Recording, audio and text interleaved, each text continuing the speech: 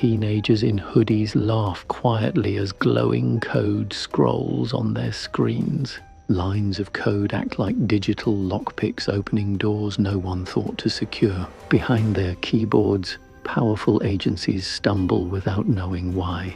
This isn't brute force, it's curiosity turned into raw capability. A small group of young hackers finds hidden fracture points in secret systems, not by breaking machines, but by exploiting human habits and forgotten tech. They expose the arrogance of systems built on assumed security. This is the story of the kids who outsmarted the CIA, unknowingly rewriting the rules. After the internet left its adolescence, something remarkable began to happen. A generation raised on open networks learned to see hidden weaknesses faster than anyone expected. They searched for tiny seams in a digital suit of armor. Governments had grown used to secrecy.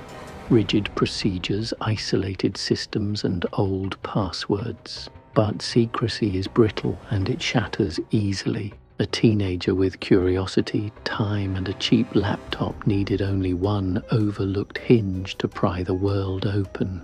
They weren't criminals in the old sense. Some were bored, some were brilliant. Most were kids who thought of the world as a system to be understood. They were self-taught cryptographers, phone freaks, social engineers. They used mundane tools, phone lines, default credentials, forum social cues, and turned them into leverage. The agencies they challenged were colossi built for a different era, secure on principle, vulnerable because they rarely imagined a child could care enough to try. Some were bored, some were brilliant. This is where things get interesting. They didn't all break codes. Many exploited people. A typical move. A casual phone call pretending to be IT support. A target, startled and slightly flattered, confirms the default server name. A follow-up email, crafted with just enough technical jargon, gets a password reset. A war dialing script crawls a range of phone numbers until it finds a modem answering. Sometimes it was as low-tech as a post-it note. Server room code 1234. Teenagers probed poorly patched contractor portals. They pieced together naming conventions from job postings, social media, and leaked files. It's the difference between a thief with a crowbar and an archaeologist reading inscriptions. The real error wasn't a missing firewall. It was cultural. Agencies built walls around classified knowledge and assumed those walls would deter curiosity. They rarely tested for curiosity, and they underestimated youth. That spark that treats a locked box as an invitation,